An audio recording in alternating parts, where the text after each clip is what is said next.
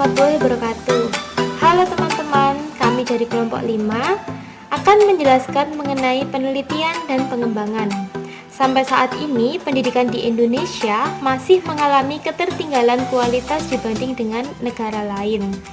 Masalah secara umumnya yaitu kurangnya produktivitas, pengembangan inovasi, dan juga keingintahuan terhadap ilmu pengetahuan. Oleh karena itu, pendidikan di Indonesia membutuhkan sebuah kreativitas, inovasi, serta progresif. Oleh karena itu, hal yang tepat dalam menanggulangi masalah ini yaitu membutuhkan sebuah pengembangan pembelajaran. Sebelum memulai penjelasan mengenai penelitian pengembangan, perkenalkan terlebih dahulu kami, yaitu saya sendiri, Madu Trisna Devi, dan juga rekan saya, Putri Intan Solehati. Yang pertama, saya akan menjelaskan tentang hakikat penelitian dan pengembangan. Hakikat penelitian dan pengembangan ini, menurut kelompok kami, disampaikan oleh 3 ahli. Ahli yang pertama yaitu Borg and Gall. Yang dimaksud dengan model penelitian dan pengembangan disampaikan yaitu a process used to develop and validate education product, yang memiliki arti bahwa penelitian pengembangan sebagai usaha untuk mengembangkan dan memvalidasi produk-produk yang digunakan dalam proses pembelajaran. Hakikat penelitian dan pengembangan yang kedua yaitu menurut Purnama, di mana penelitian pengembangan di bidang pendidikan merupakan suatu jenis penelitian yang bertujuan menghasilkan produk-produk untuk pembelajaran yang diawali dengan analisis kebutuhan, pengembangan produk, evaluasi produk, revisi, dan juga penyebaran produk atau diseminasi. Pengertian atau hakikat penelitian pengembangan yang ketiga yaitu disampaikan oleh Ritchie dan Klein. Menurut mereka, bahwa penelitian dan pengembangan yaitu studi sistematik, proses pengembangan, dan evaluasi dengan tujuan menciptakan suatu dasar empiris untuk menciptakan produk-produk. Yang selanjutnya yaitu latar belakang dari penelitian pengembangan itu sendiri dilakukan. Kita ketahui bahwa penelitian pengembangan itu bertujuan untuk menghasilkan perangkat pembelajaran seperti silabus, bahan ajar, media, modul praktikum, latihan kerja siswa, alat mengukur kemajuan belajar, alat mengukur hasil belajar, dan juga yang lainnya. Jadi yang melatar belakangi perlunya dilakukan penelitian pengembangan itu sendiri yaitu adanya masalah yang terkait dengan perangkat pembelajaran yang kurang tepat. Masalah ini ditemui oleh peneliti dari hasil pengamatan selama mengajar atau dari hasil needs assessment. Selanjutnya yaitu karakteristik dari penelitian pengembangan. Karakteristik penelitian pengembangan ini ada 5. Yang pertama, produk berbasis masalah. Yang kedua, uji coba produk. Yang ketiga, revisi produk. Yang keempat, tidak menguji teori.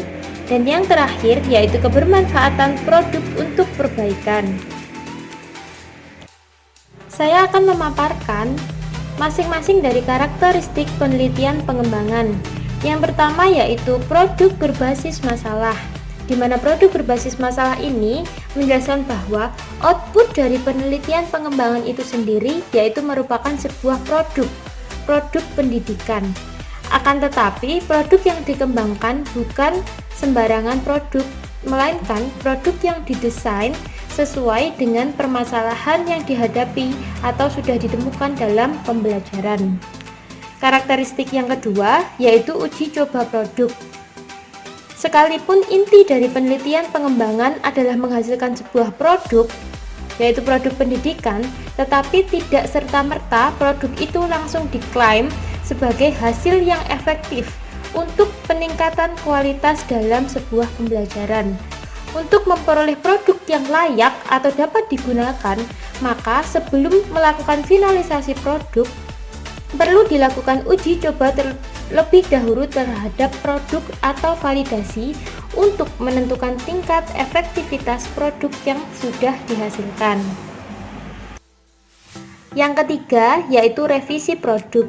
Sebagaimana telah disampaikan bahwa produk yang dihasilkan itu tidak serta-merta dapat digunakan atau diaplikasikan begitu saja, melainkan harus diuji coba terlebih dahulu, baik kepada para ahli, pengguna, maupun uji lapangan secara langsung.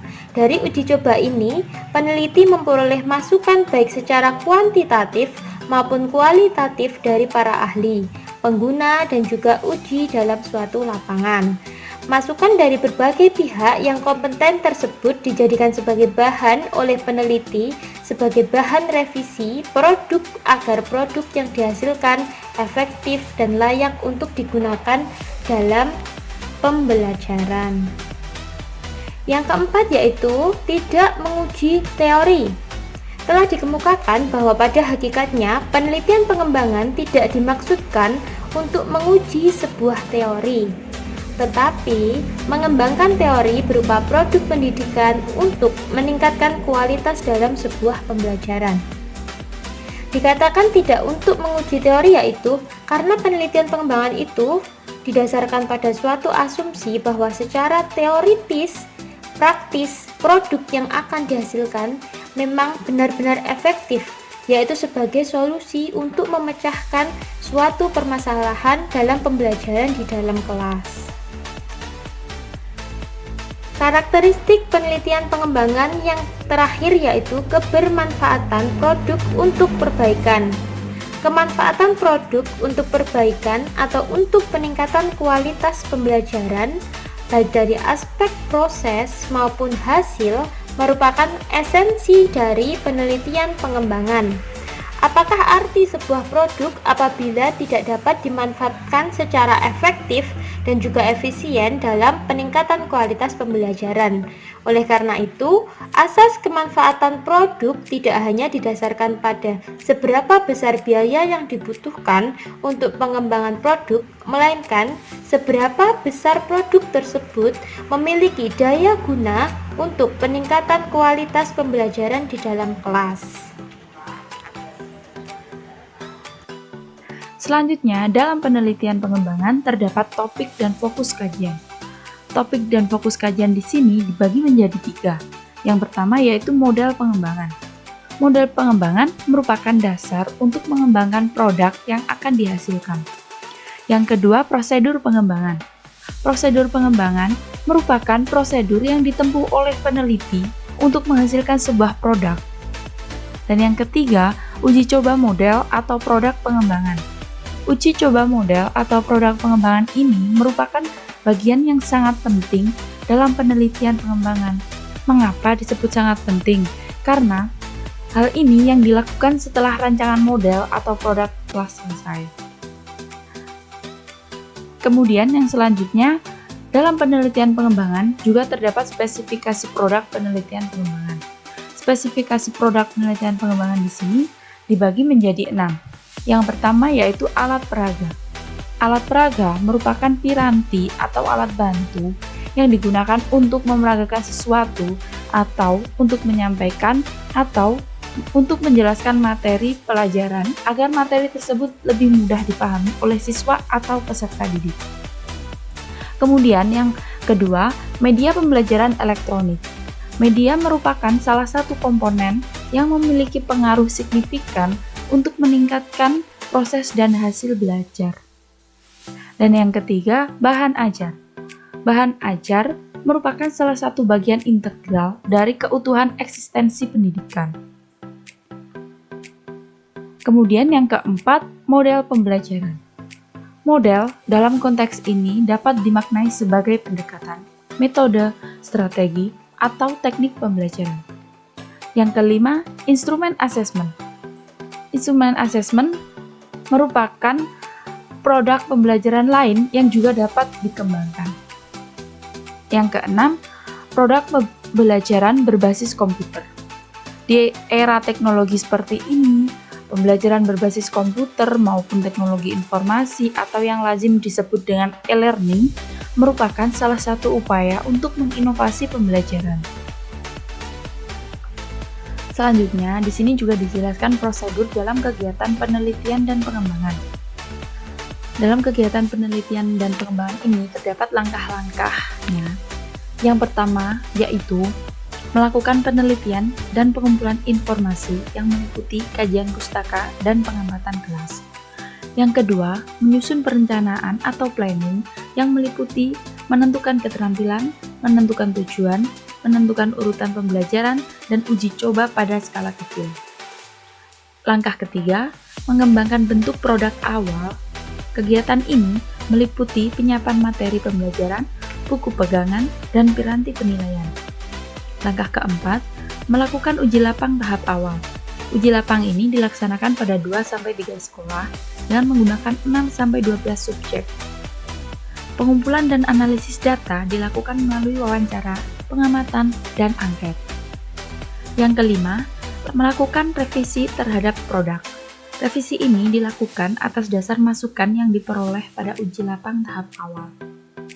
Langkah keenam, melakukan uji lapang utama. Uji lapang ini dilakukan pada 5-10 sekolah dengan 30-100 subjek. Langkah ketujuh, melakukan revisi terhadap produk operasional. Revisi ini dilakukan atas dasar masukan dari hasil tes lapangan utama. Langkah ke-8, melakukan uji lapang operasional. Hal ini dilakukan pada 30 sekolah dengan subjek berjumlah antara 40-100. Pengumpulan dan analisis data dilakukan melalui wawancara, pengamatan, dan angket. Yang kesembilan, revisi produk akhir. Revisi ini dilakukan atas dasar masukan dari hasil tes uji lapang operasional. Langkah yang terakhir, melakukan diseminasi dan implementasi produk. Hal ini dapat dilakukan melalui pelaporan, penyebarluasan produk, melalui pertemuan dan jurnal ilmiah. Sekian presentasi dari kelompok kami. Apabila ada pertanyaan, tambahan, kritik, ataupun komentar, silahkan tulis di kolom komentar ya. Terima kasih.